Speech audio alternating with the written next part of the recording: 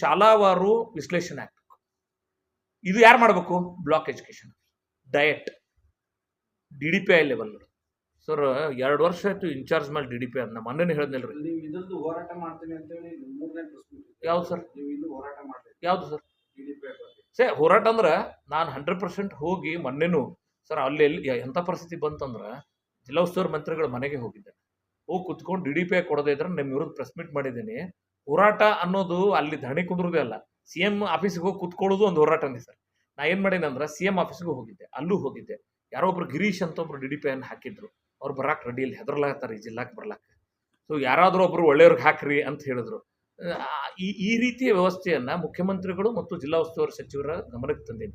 ಅವ್ರೇನು ಹೇಳಿದ್ರು ಅಂದ್ರೆ ಒಳ್ಳೆಯವ್ರು ಯಾರಿದ್ದಾರೆ ನೋಡ್ರಿ ಅಂತ ಹೇಳೋ ಸ್ಥಿತಿಯೊಳಗೆ ಅವರು ಅದಾರ.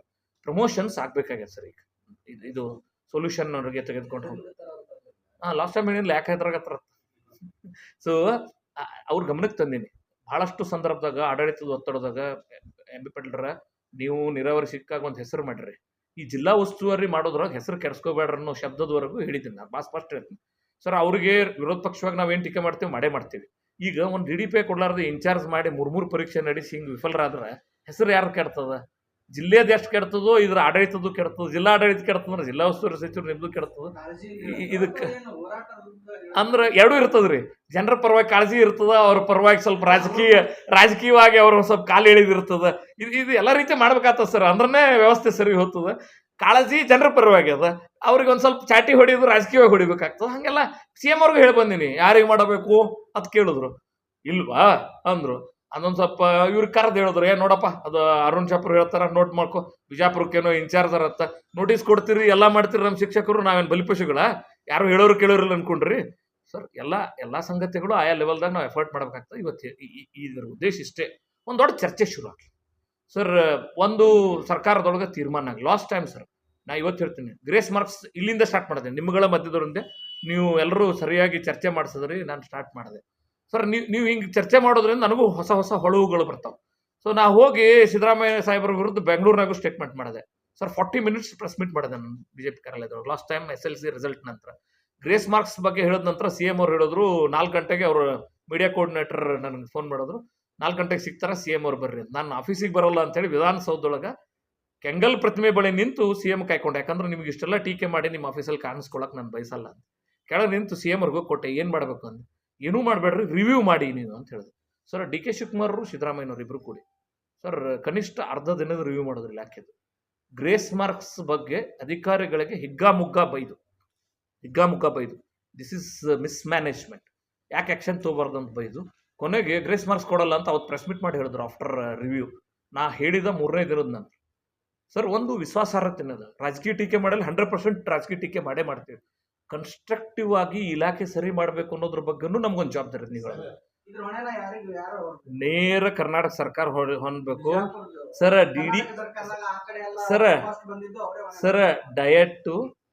ಸರ್ ಡಯಟ್ ಪ್ರಿನ್ಸಿಪಾಲ್ರು ಇಲ್ಲ, ನಿಮಗೆ DDPI ಇಲ್ಲ ಸರ್. 3 ಇನ್ಚಾರ್ಜ್ ಪಾಪ ಅವರು DDPI ಅದಾರಲ್ರಿ. ಈಗ ಅವ್ರಿಗೆ 3 ಇನ್ಚಾರ್ಜ್ ಯಾವ್ಯಾವ ಅಂದ್ರೆ, ಅವ್ರು ಬೇಸಿಕಲಿ DYPC ಸರ್, ಅವ್ರಿಗೆ EO ಇನ್ಚಾರ್ಜ್, ಅದ್ರ ಮೇಲೆ DDPI ಇನ್ಚಾರ್ಜ್. ಒಂದು ಕೆಲಸ ಮಾಡತ್ತೆ ಹೇಳ್ರಿ ಸರ್, ಸರ್ಕಾರದವ್ರಿಗೆ ಹೊಣೆ ಮತ್ತೊಬ್ಬರಿಗೆ ಹೊರಸೋನತ್ತ ಆದ್ರೆ ಅಲ್ರಿ.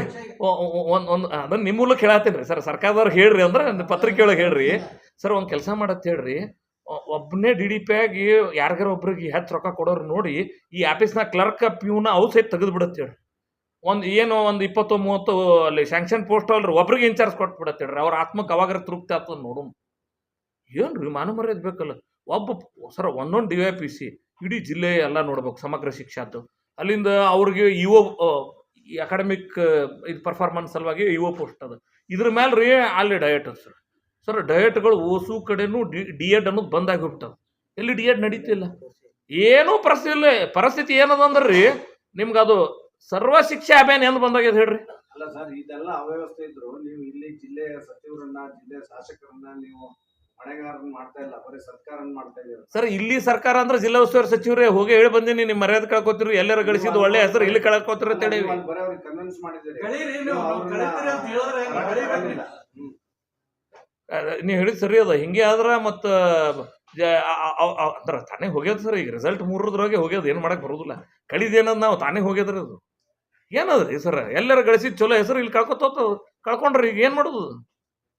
ಏನದ ಹೇಳ್ರಿ ನೀವು ಎಟ್ ಜಿಮ್ ಮಾಡಿದ್ರೇನ್ರಿ 10 ಲಕ್ಷ ಕೊಟ್ಟು ತಂದ ಏನದ್ರಿ ಎಂ ಬಿ ಪಾಟೀಲ್ರ ಈ ಜಿಲ್ಲೆದೊಳಗ ಇದು ರಿಸಲ್ಟ್ ಹೋಗಿದ್ದು ಖಂಡಿತ ಅಸಹ್ಯ ಆಗ್ತದ ಅಂತ ಹೇಳಿ ನಾ ಹೇಳ್ಬಂದೀನಿ ಅದ್ರಾಗ ಏನು ಮುಲಾಸಿಲ್ಲ. ಇಲ್ಲ ಇದು ಸುಧಾರಣೆ ಮಾಡುವಂತ ಗುರುತರ ಹೊಣೆಗಾರಿಕೆ ಅದ್ರೊಳಗೆ ಶಿಕ್ಷಣ ಕ್ಷೇತ್ರದ ಹಿನ್ನೆಲೆ ಅದು ನಿಮ್ಗೆ ನೀವು ಇದ್ದು ಬಿಜಾಪುರ ಜಿಲ್ಲಾ ಇದು ಹಿಂಗಾಗ್ತಾ ಅನ್ನೋದು ಭಾಳ ತಪ್ಪಾಗ್ತಾ ಅನ್ನೋದು ಹೇಳಿ ಅದ್ರಾಗ ಏನು ಡೌಟ್ ಇಲ್ಲ. ನೇರವಾಗಿ ಹೇಳೀನಿ, ನಿಮ್ಮ ಮೂಲಕ ಇನ್ನೊಮ್ಮೆ ಹೇಳ್ತೀನಿ, ಏನು ಸಮಸ್ಯೆ ಇಲ್ಲ. ಬಿಒ ಮೇಲೆ ಯಾರು ಈಗ ಬಿಒ ಅಂಡರ್ ಸಾಕಷ್ಟು ಶಾಲೆಗಳು ಬರ್ತಾವ. ಆ ಶಾಲೆಗಳಲ್ಲಿ ಅವು ಜವಾಬ್ದಾರಿ ಇವರು ಅಲ್ಲಿ ಶಿಕ್ಷಣ ವ್ಯವಸ್ಥೆ ಕಡಿಮೆ ಆಯ್ತು ಅಂದ್ರೆ ಕ್ವಾಲಿಟಿ ಟೀಚರ್ ಪರ್ಸೆಂಟೇಜ್ ಕಡಿಮೆ ಅಂದ್ರೆ ಬಿಒ ಇದಕ್ಕೂ ಹೊಣೆಗಾರ. ಅದ್ರ ಮೇಲೆ ಬರೋದು DDPI. ಹೌದು. ಈಗ ಶಿಕ್ಷಣ ಟೀಚರ್ ಮೇಲೆ ಸರಿಯಾಗಿ ಕ್ವಾಲಿಟಿ ಸರಿಯಾಗಿಲ್ಲ ಅಂದ್ರೆ ಬಿಒ ಜವಾಬ್ದಾರಿ ಹೊಣೆಗಾರ ಆಗ್ಬೇಕಲ್ಲ ಅದಕ್ಕೆ. ಮತ್ತೆ ಅವ್ರಿಗೆ ಏನು ಆಕ್ಷನ್ ಇಲ್ಲ ಸರ್. ಎಲ್ಲಿಂದ ಎಲ್ಲಿಗೆ ಹೋಗ್ಬೇಕಂದ್ರ ಫಾರ್ ಎಕ್ಸಾಂಪಲ್ ಯಾವುದೋ ಜಿಲ್ಲೆಯೊಳಗೆ ಮ್ಯಾಥಮೆಟಿಕ್ಸ್ ಪರ್ಫಾರ್ಮ್ ಮಾಡೋಕ್ಕಾಗಿಲ್ಲ. ಹಂಗಾದಾಗ ಅಲ್ಲಿ ಡಯಟ್ ನೋಡೋರು ಯಾರು ಇವ್ರಿಗೆಲ್ಲ ನಿರಂತರ ತರಬೇತಿ ಮಾರ್ಗದರ್ಶನ ಮಾಡಬೇಕು. ಅಲ್ಲಿರೋ ಬೇರೆ ಬೇರೆ ವ್ಯವಸ್ಥೆ ಅಲ್ರಿ, ಎಲ್ಲಿ ಸಬ್ಜೆಕ್ಟ್ ಇನ್ಸ್ಪೆಕ್ಟರ್ ಅದಾರ, DYPC ಅದಾರ, DDPI ಅದಾರ. ಸರ್ ಇಲ್ಲಿಂದ ಸ್ಟೇಟ್ನ್ಯಾಗ ಸೆಕೆಂಡರಿಗಿನೇ ಒಬ್ಬ ಡೈರೆಕ್ಟರ್ ಅದಾರ, ಕಮಿಷನರ್ ಅದಿರಿ. ನೀವೇನೇನು ಮಾಡಿದ್ರಿ ಅನ್ನೋದ್ರ ಮೌಲ್ಯಮಾಪನ ಆಗ್ಬೇಕಲ್ಲ. ಅದಕ್ಕೆ ಬ್ಲಾಕ್ನಿಂದ ಇವನ್ ಮಿನಿಸ್ಟ್ರ್ವರೆಗೂ ಕಳೆದ ಬಾರಿ ಹೆಂಗೆ ಮುಖ್ಯಮಂತ್ರಿ ಉಪಮುಖ್ಯಮಂತ್ರಿ ಕೂತ್ಕೊಳ್ಳಿ ಸರ್, ಕೂತ್ಕೊಂಡು ಮಂತ್ರಿ ಎಷ್ಟು ರಿವ್ಯೂ ಮಾಡಿದ್ರು ಹೋದ್ ಸಲದ ರಿಸಲ್ಟ್ನಿಂದ ಸರಿ ಮಾಡ್ಲಕ್ಕ, ಅದರ ಔಟ್ಕಮ್ ಏನು, ಹೋದ ಮೀಟಿಂಗ್ ಪ್ರೊಸೀಡಿಂಗ್ ಏನು, ಕೈಗೊಂಡ ಕ್ರಮಗಳೇನು, action taken on those meetings ಕೊಡ್ಲಿಲ್ರಿ ನೋಡೋಣ ಇವರು. ಸರ್ ಮಂತ್ರಿ ಹಂತದಾಗೂ ಲ್ಯಾಪ್ಸಸ್ ಅದಾವ, ಕಮಿಷನರ್ ಹಂತದಾಗ ಲ್ಯಾಪ್ಸಸ್ ಅವ, ಡೈರೆಕ್ಟರ್ ಹಂತದ ಲ್ಯಾಪ್ಸಸ್ ಅವ. जुड़े रहिएगा आपके अपने चैनल बीजापुर समय के साथ।